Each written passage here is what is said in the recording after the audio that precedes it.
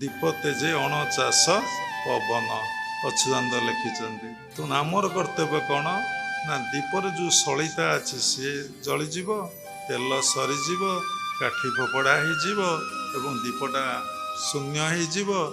ଏ କଥାର ଅର୍ଥ କ'ଣ ନା ଆମ ଭିତରେ ଯେଉଁ ଜନ୍ମାନ୍ତରର କର୍ମର ବୀଜ ତେଲ ରୂପରେ ଅଛି, ସଳିତା ତେଲ ଅଛି, ଆମେ କ'ଣ କରିବା ନା ଆଉ ତେଲ ଦେବା ନାହିଁ, ସଳିତାକୁ ତେଜିବା। କେମିତି? ଦୀପ ତେଜେ ଅଣଚାଷ ପବନ, ଆମେ କ୍ରିୟା ପ୍ରାଣାୟାମ କରିବା। କ୍ରିୟା ପ୍ରାଣାୟାମ ଯଦି ଆମେ କରିବା, ଦୀପ ତେଜି ତେଜି ଚାଲିଲେ ତେଲ ସରିଯିବ, ବଳିତା ଜଳିଯିବ, ଦୀପ ଫାଙ୍କା ହେଇଯିବ।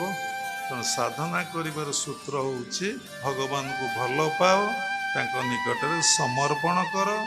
ଗୁରୁ ଯେଉଁ ଉପଦେଶ ଦେଉଛନ୍ତି ତାକୁ 100% ବିଶ୍ୱାସ କରିକି ତୁମେ ସାଧନା କର।